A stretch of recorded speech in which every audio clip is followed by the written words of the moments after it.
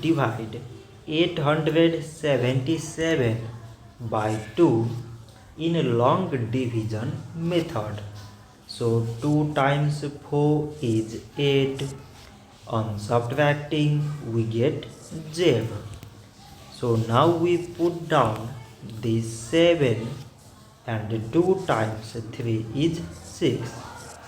On subtracting we get 1. So again we put down this 7 and it is 17. So 2 times 8 is 16.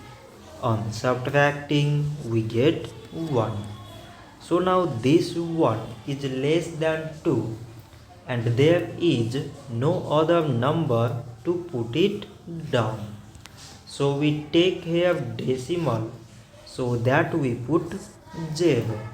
So now it is 10 and 2 times 5 is 10. On subtracting we get 0. So 877 divided by 2 is 438 decimal 5. So this much for today and thanks for watching.